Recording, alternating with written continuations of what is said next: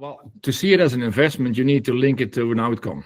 Because if all you talk about is this is what we want to do, and even if the underlying problem or pain is clear, and you can indicate what the solution is and what it's going to cost, at that point, it's still only a cost or an expense. It only becomes an investment when you can link it to hopefully tangible and concrete outcomes. That in the end will help to not only solve a problem, but also it has a link to a clear objective that a company has. Very often that, of course, is being more profitable or driving growth. But it could also be linked even to something like that is not always just about money, to do with safety or sustainability or things like that. I mean, we should not forget that as well.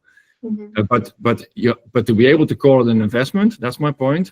There has to be a clear result of what you're going to do. Otherwise, it's just an expense. Yeah, interesting take. So it needs to be like a clear result, you said. How would you measure those results? What could be those results?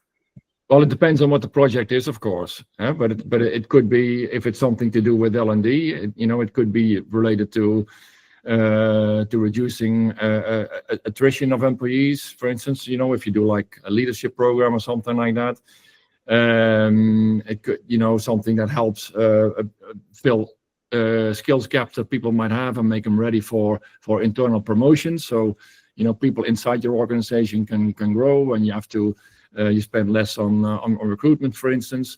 Maybe it helps people to become better salespersons and drive the top line, or executing a strategy in a faster way.